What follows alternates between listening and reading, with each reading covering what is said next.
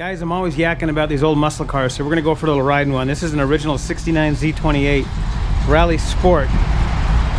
It's getting cold in Vegas, it rained today. What do we got here? 69 Z28. What engine's in it? 302. Let's open the hood, let's look at it.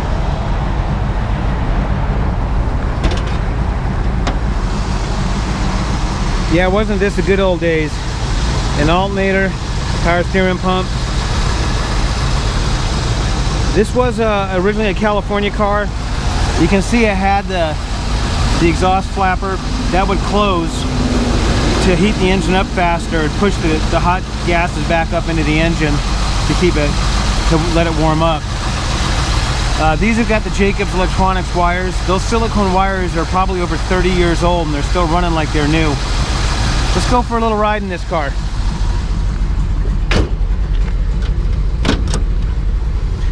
Houndstooth interior, 4-speed. It's got a deluxe interior, that's why it's got the wood grain. I'll put this camera down and put my seatbelt on. Okay, so we got a 4-speed Muncie M21 transmission. We got a tilt steering wheel. We got a Z-tack, as you can see. We got our sawtooth gauges. Kalen, you know how to drive a clutch? No, I don't think I do. Well, let's give it a shot. It's even got the old Bluetooth radio. Bluetooth? You guys know I'm yakking all the time about these modern engines, but this is where we came from. This engine was rated at 290 horsepower, but it was really more like 350. These engines really revved, and that's how they made their power.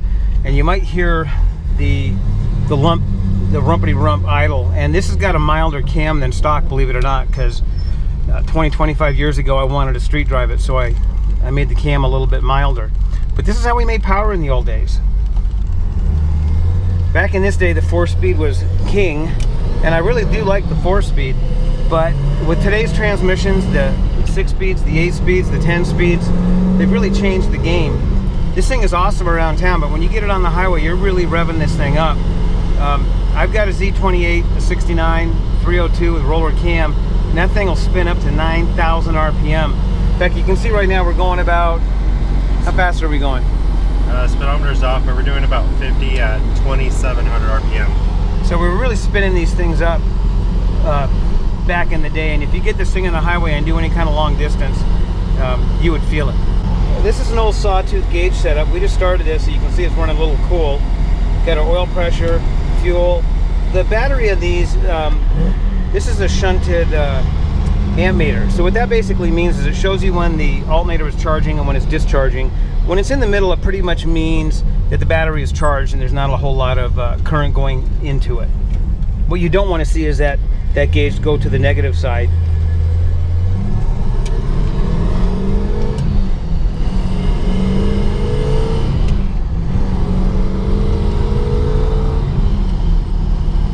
Well, Kalen hasn't missed a shift yet.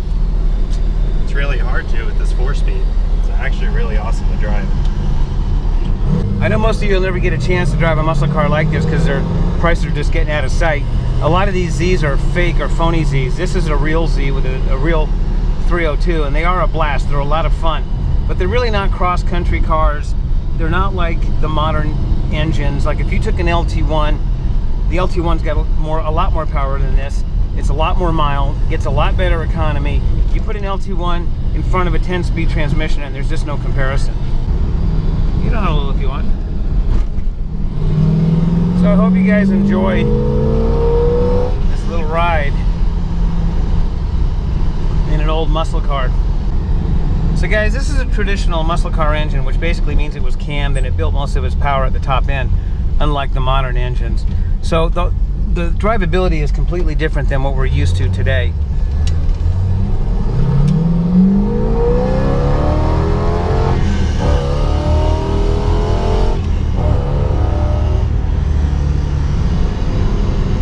And the reality is, what we have today is far in excess of what we had back then, because to make power back then, we had to lose. It was basically a compromise between drivability and horsepower. Today we have both. So I hope you enjoyed this little ride in this old muscle car. This is a car that I drove back when I was in high school, believe it or not.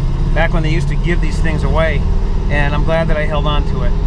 morning we're in an early model JK with an LT1, and it is a GM crate LT1, not the L86. And that's something I want to talk about, even though I talked about it in a recent video. And I want to go through the evolution, how we kind of got here. So the good old days, which are my good old days, the 1970s and even the 60s, because most of the cars I owned in the 1970s were from the 1960s. Mostly muscle cars, Shelbys, Z28s, Hemis, you name it. If we look at the standard performance engine, whether it was the Camaro or the Corvette, we're not going to go back to the 60s because there was just so many engines. It was so diverse. You had the big block, the small block. You had the, let's take the LS6 versus the LS5. You had the 427s with the tri-powers with the single carburetors. You had the Mopars with the dual carburetors like the Hemis. There was a lot of experimentation going on. But by the 1970s, that kind of settled down. And in the early 1970s, GM had what was called the LT1. Now, it's not the same LT1 that we have today. The LT1 back then came in the Z28 and the Corvette. It was a solid cam, and a solid cam was kind of a pain. You couldn't count on a hydraulic lifter to take up the slack, so you had to run a solid cam with a little bit of a gap, and you had to constantly check that gap. The advantage of a solid cam is you could rev it up. Because it was solid, there was no hydraulic component that could fail. Now, today's lifters are a lot more advanced, but back then the solid cam motors ruled the streets. So the LT1 was 11-to-1 compression, which back then was high compression just as it is today. The fact that the engine I'm driving now is 11.5-to-1 is amazing on pump gas. So we had a high compression engine with a solid cam and basically a really inefficient combustion chamber. Even the camel hump heads back then, it was a wedge-shaped combustion chamber. And while they worked well and they were light years ahead of the previous generation of engines from the 30s and 40s, they're nothing like what we have today, because really all an engine is an air pump, right? And when you put the cylinder head on there, that really makes the difference. GM spent millions of CAD hours on the LT heads getting the most efficient two-valve combustion chamber you can get. Now, obviously, you can get more efficiency out of a multi-valve engine. 4 valves have pretty much become the standard. Even the Japanese were doing the 4-valve engines way back when with smaller displacement engines and overhead cams.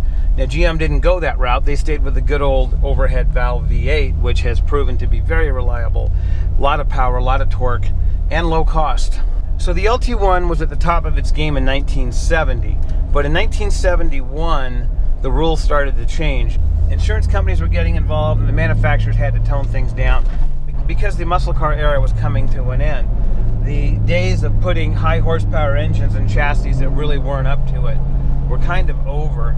And it wasn't just insurance company, it was also emissions. They were cracking down on emissions, especially on the West Coast. So the writing was on the wall. The manufacturers had to do something. Rather than spend a lot of money on new ground-up engines, manufacturers just started adding emissions devices and changing the performance parameters of these engines. And the mid-70s was really a pathetic time for American engines. In the early 1970s, we already had air systems. The EGR systems started to come around. The catalytic converter came around in the mid-1970s. It just really started bogging these engines down.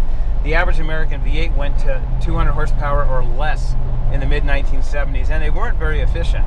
It's no wonder after the oil crisis in the 1970s, people started ditching their big American cars and going to the little Japanese cars. We had to have trade agreements so that the American companies could stay competitive.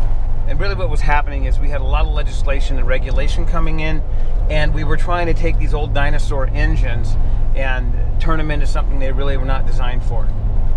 So the LT1 in 1971 dropped the compression. I think it dropped down to 9-to-1 and had a loss of horsepower. I think they rated it at 330. But the writing was on the wall for the high-performance small block. It got really pathetic. I purchased a 1981 Z28 new, and I think it was rated at about 200 horsepower. I went to Oregon to get that vehicle because they only offered the 305 smog motor in California, and I wanted the 350. And it's ironic because that 81 Z28 eventually kind of held the torch for future performance. I sold the vehicle to Dr. Christopher Jacobs. Maybe many of you may remember him from Jacobs Electronics. He blazed a lot of trails, and he wrote a book called The Doctor's Guide to Engine Performance, and he used that Z28 in that book. And I remember in the 1980s, Christopher Jacobs was like Doc Brown from Back to the Future, inventing a flux capacitor. It was amazing what we did with that car. We had a comp cam roller cam in it. It was a 350 engine. We were running 11s with that car consistently in bracket racing, and this was a street-driven car. Had air conditioning, roll-up windows, and everything. We had a Holley Dial-A-Jet that was computer controlled. We had knock control. We had Chris's nitrous safety kit in it. It was an extremely fast car that was capable of the 10s, but we were still pushing about 20 miles to the gallon. And really, a lot of the technology that came out of that is what we're using today. Christopher just kind of put it all together back then, even though it wasn't ready for prime time. So by the early 1980s, things were still pretty pathetic, but the domestic manufacturers realized they have to do something to become more competitive. So by the mid-1980s, we were starting to see fuel injection, we were starting to see roller camshafts. I remember some of the Trans Ams and Corvettes in the mid-1980s and early 1990s really started to implement some significant technology. Maybe you remember the ZR1 engine that was built by Mercury Marine, dual overhead cam, 4-valve Corvette. That was a little ambitious, but it was a hint of what was going to come in the future with technology. I remember the turbocharged engines. The Grand Nationals kind of ruled the mid-1980s. 1987, I think it was the Grand National X, was one of the fastest cars out. The Pontiac Trans Am pace car were outrunning the V8. And it wasn't so much because the V8s were fast. The V8s were really slow back then. When the K motor came out, that was the 350 throttle body GM truck engine. They put it in everything. They eventually put a very similar engine in the Camaro and the passenger cars, in the Buicks and Caprices and all that. And the throttle body engines are really good engines. The K motor was a good, reliable 350 engine, but they were woefully slow. I think they had about 190 horsepower, maybe 200 horsepower. Well, GM decided in the early 90s to bring the LT1 back, and they did. I wasn't a big fan of that engine. It had the OptoSpark, which was a distributor behind the water pump, and it had some issues, and it was very hard to service. Still had an EGR valve, which caused a lot of issues. They ran pretty good, but really the 1990s LT1 was nothing more than a glorified small block Chevy, and the 1970 engine was much simpler, much easier to work on. Technology just started to grow slowly. They added serpentine belt systems to these V8s to get a little bit more efficiency, but the writing was on the wall. The small block Chevy was 50 years old. They had to do something with it. So then came the Gen 3 engine, which really brought the small block into the modern world. All aluminum, 6-bolt mains, cross-bolted, fuel injection, sequential fuel injection, and that's required actually by law because OBD2 has to have cylinder misfire detection and then have the ability to turn off the cylinder that's not working right. But more importantly, they really modernized the cylinder heads, the combustion chambers.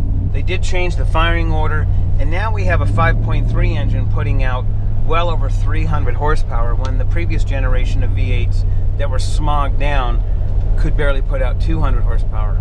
And these engines were designed with emissions in mind. GM had a lot of patents, especially with the Gen 4 engines, on PCV systems, that's positive crankcase ventilation systems, variable valve timing to eliminate NOx, which is a bad gas, which could eliminate the EGR valve.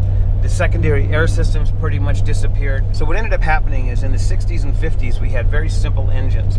And then they evolved into very complex engines that had things added to them. Go look at an engine from the 1980s, early 1980s.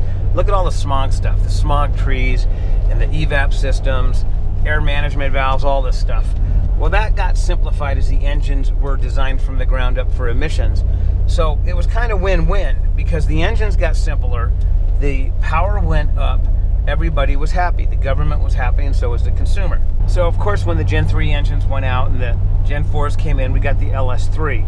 And the LS3 became a mainstay of performance for a decade. And it still is a powerhouse in the engine performance world. The LS3 was kind of the optimal engine at the right time. It harkens back to the simplicity of the 1970 LT1.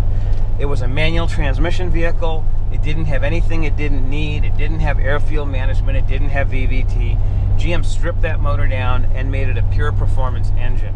And it's been used everywhere from Baja, circle track racing, hot rods. Even the Europeans got in on the LS3.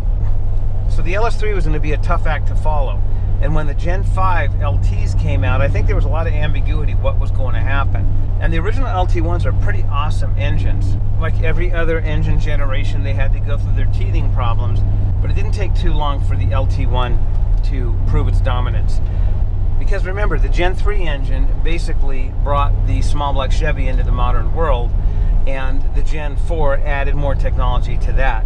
They added variable valve timing. One of the biggest things they did was add a modern adaptive high gear transmission, the 6L80. And then of course electronics got a lot better. They went to different ways of mapping fuel, and the engines were really excellent engines. I love the Gen 4 engine. I have a couple of them myself. I think most of you know that in the engine world, the Gen 4 LS has become extremely popular. And there's no reason for it not to. It's simple, it's rugged, it's got good power, it's available. It's a great powertrain with a 6L80.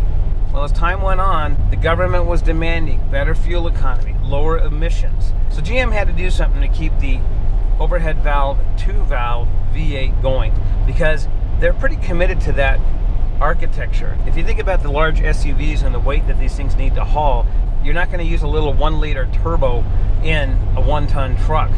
And I can tell you from experience, driving a really heavy GMC Denali XL across country, that the V8, there's nothing like it. We got well over 20 miles to the gallon and hauled a really heavy vehicle. I'm going to say 7,500 to 8,000 pounds.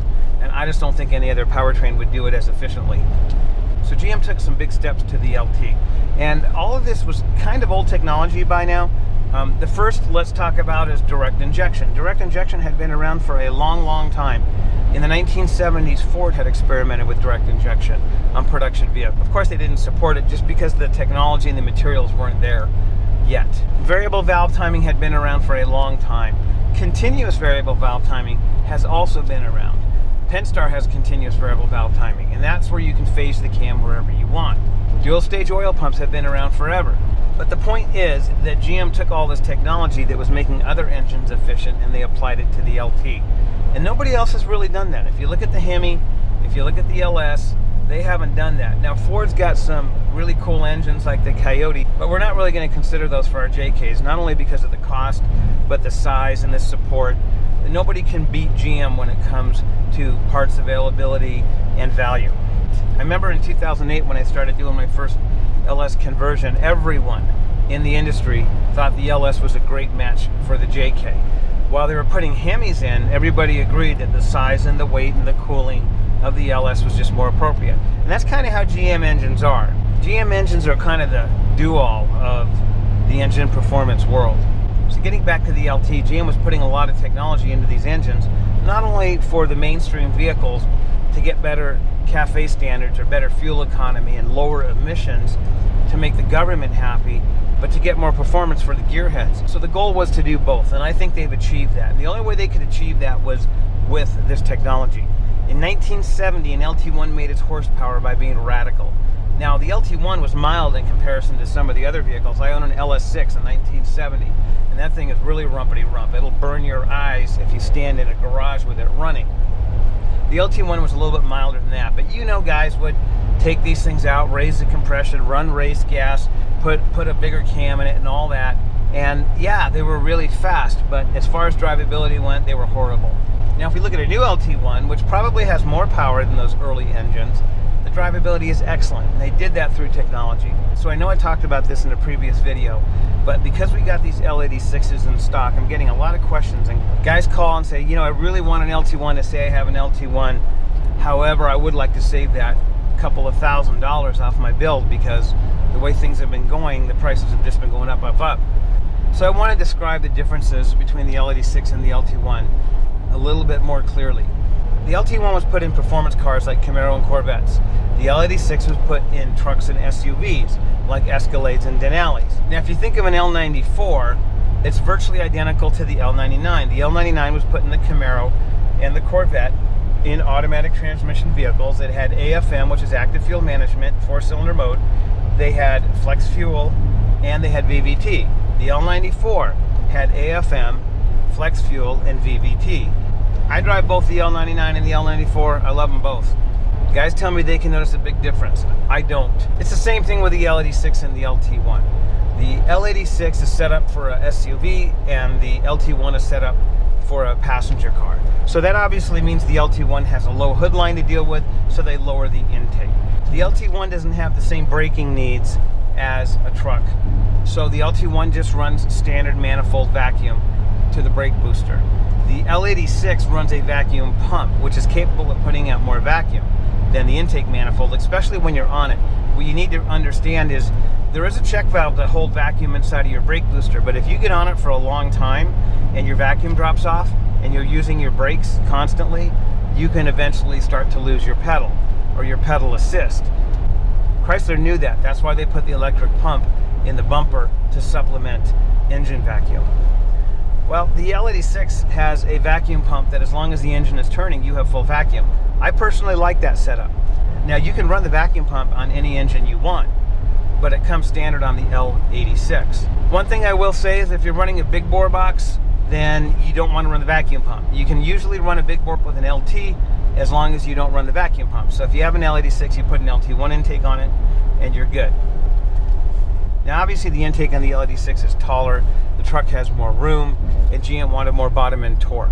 So the runners are longer and they're tuned a little bit differently. Now, do I notice a big difference? Again, no, I don't. But what we do in-house is we take that intake off and we put an LT1 intake on. So that does a couple of things. One, it looks really cool. Two, it gives us a lot more hood clearance. Three, we get that vacuum port if we want to run the vacuum off the intake and get rid of the vacuum pump, which may be interfering with a big bore box if the customer has a big bore box. You can run the Corvette valve covers. You can make it look identical to an LT1. If we go to the bottom of the engine, as is typical with GM, the truck pans are a little bit deeper in the rear and then they get shallower in the front. That deep sump is actually better for high angles, like if you're going to be doing some hill climbing. The LT1 is set up a little bit more for the street, so it has a deep sump pan, but it's not as deep as the truck in the back. It's more flat, and that way you get better ground clearance in a low riding performance car.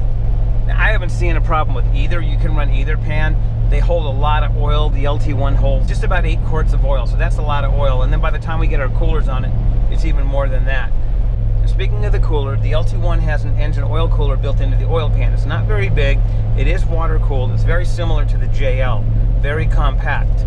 But they're not expecting you to tow a trailer or run 40-inch tires with that LT1.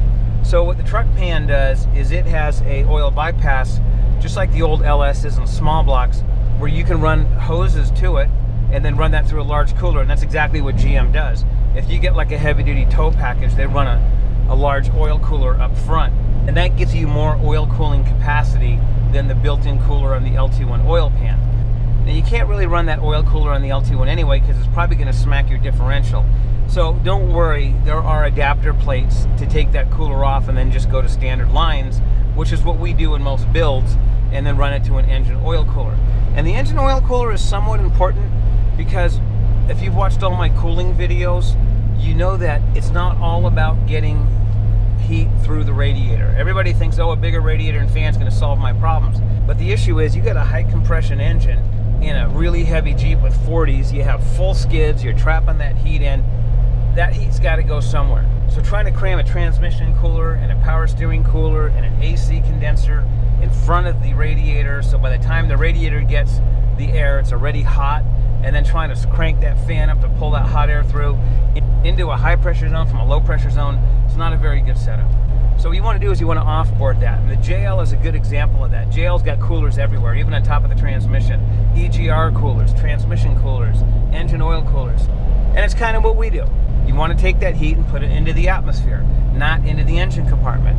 That way when the fan winds up to cool the engine and transmission, it doesn't have to deal with all that extra load. So the L86 is a little bit easier to set that up with because it has a simple, inexpensive 2-port outlet. With the LT1, you have to run a billet adapter plate, which covers where the cooler was, and then run some AN fittings and lines to wherever you want to go. We like the L86 front drive, not only because it lays out good, but because of availability. We actually did do some LT1 drives, and we're probably going to support that again in the future. And now GM has changed up the drive in the L84 and L87 and moved the water pump to the middle, and they seem to be working pretty well. We did one, and it really just comes down to preference, but just for cost and availability, we run the L86 drive in most of our builds, and our kits. So if you get an L86, you don't have that extra expense of changing out the water pump and the harmonic balancer. One of the advantages of our JL swap is the power steering pump, because the L86 does not have a power steering pump from GM. So we have to make our own power steering pump bracket.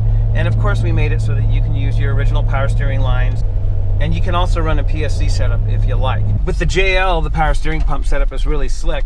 If you're not going to run big tires and you don't need that hydraulic pump, then you can run a completely stock front drive from an L86 or an L83. And that's one of our goals, by the way, guys, is to run all stock parts. We run stock power steering lines. On the LSs, we run stock AC lines. On the LT, we do run the stock AC lines, but we have to run an adapter because the compressor's on the other side. So we do whatever we can to save you money and reuse components. So the big question is, how do these engines run? Well, I actually drove an LT1 to the mountain the other day, and I thought it was an L86. And then I drove an L86 to the mountain, and I thought it was an LT1. That's how similar they are.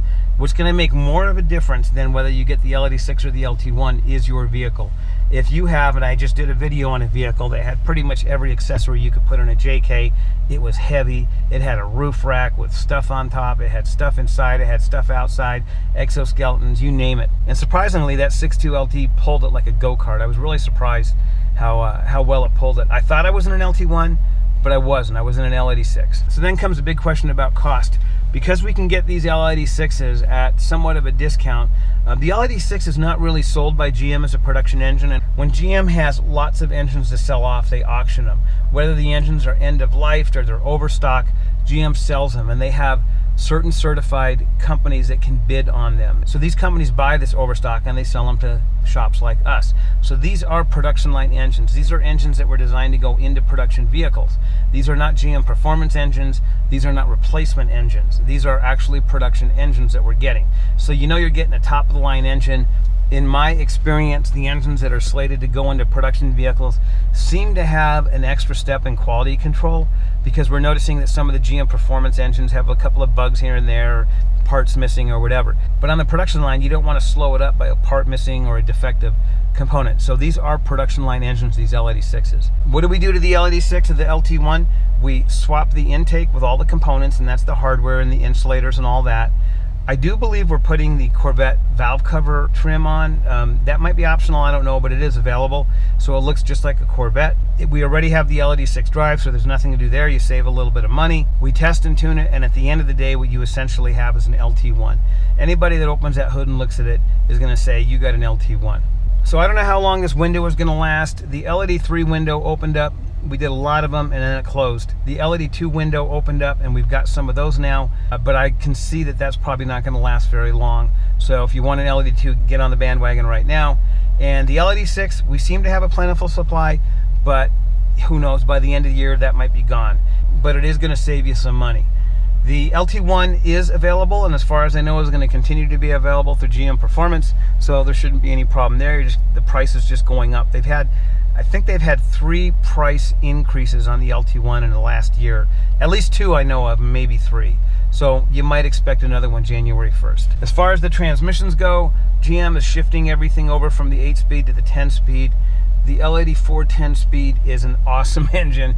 I drove one of those things in a U-Haul truck, and I was just amazed how fast it was. I see the L82 is rated at 380 horsepower in some applications. I don't know what the L84 is, but I can just tell you they're quick. We are really gearing towards the new 10 speeds, and one of the bonuses with the new 10 speed is that we are now running the Type 2 10 speed. We finally got control of the module so we can program it and properly support it, and that was something that was holding us back. But that does 2 things for us. 1, the new Type 2 10 speed is just awesome, and 2, the cost is less than the Gen 1 10 speed because it's in current production. So if you want a top of the line swap today, I would go with the L86 10 speed, save yourself some money. If you're one of those guys that is a collector or whatever and you got to have the LT1, go ahead and get the LT1 10 speed. There's nothing wrong with it. It's just going to set you back a little bit more. I did a video, I don't know if it's been published yet, on the new pricing, so keep an eye out for that. It tells the current pricing as of September, October 2022. In my experience, around the first of the year, GM has another price increase. I do know that Chrysler tends to raise their prices on a monthly basis. I'm keeping my fingers crossed in the next year or two, when all the COVID stuff is over and the government gets a clue on what's going on with the economy, I'm hoping some prices will come back down. But in my experience, when something goes up, it usually doesn't come down. Maybe they'll keep it flat for a while and not raise the price. But one of the keys here is by Motec staying up with the production engines, that means we can not only get the latest in technology, but we can take advantage of the pricing, because usually when an engine's in production, the efficiencies are there and the price drops, and then we can take advantage of that. Trying to buy an old LS right now is becoming a pain. The early model LTs are a good deal in the used market, but on the new market, they're getting pretty scarce. So again, that's one of the advantages of the way we do things, is we can use the latest and greatest from GM and pass that on to you. So we're gonna take this thing to the mountain and we'll see you soon. We're up on the mountain with a LT1 10-speed. This Jeep got a lot of stuff. It got new axles from Dynatrac, metal cloak, game changer, suspension. As you can see, it has PSC hydraulics, dual battery, S-Pod, a lot of stuff. But this is an LT1. We just drove an L86 with an LT1 intake, and I think you can see that you really can't tell any difference. They look identical. They perform identical. Look at this condenser here. Notice we got a pretty large tranny cooler. It's keeping this 10L80 cool. But see that aluminum AC condenser? You'll notice that there is no trans cooler on the bottom. And the reason is the stock trans cooler is inside the condenser, and it's at the bottom, and it's behind the bumper, and it doesn't do you a whole lot of good. So we add a manual condenser to all of our conversions. We find that it promotes airflow to the engine, and by running a large dedicated transmission cooler, the transmission runs cooler.